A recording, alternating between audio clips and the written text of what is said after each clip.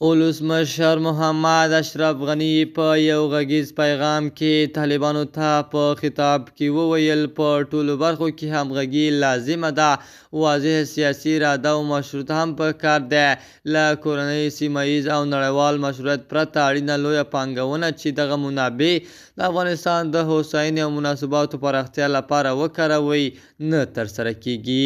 په سلامونو مبارکلای کوم د AFG نیوز چینل درنو لیدونکو، سلام، ستړي مشئ، وخت مو په خیر. پام راګرځوم د دې ساعت مهم خبر ته او په سر کې یادونه کوم ملګرو که مو چینل نوي سبسکرایب کړی د مهمو خبرونو لپاره در سره AFG نیوز چینل په درنښت سره سبسکرایب کړئ.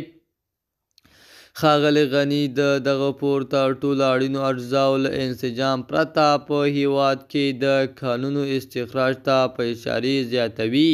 په قاچاقي ډول د کانونو استخراج د شبکو له لوري کیږي چې د افغانستان دغه طبیعي منابع ضایع او ترش کوي. که غواړو د افغانستان د هوساینې لپاره استفاده کړو نو باید تخنیکي او مدیریتي پوهه موجود وي. دا پوهه د لاسرسي وړ ده خو لازمه اجماع غواړي. ولسمشر محمد اشرف غني د تخنیکي پوهې د یوې بیلګې په توګه وایي د نړیوالو معیارونو پر اساس که تاسو د مسو کان یو قرارداد ورکوئ نو قراردادي به له کان څخه یوازې مس ترلاسه کوي او د استخراج پر مهال نور منابع د کوربه هیواد ملکیت دي.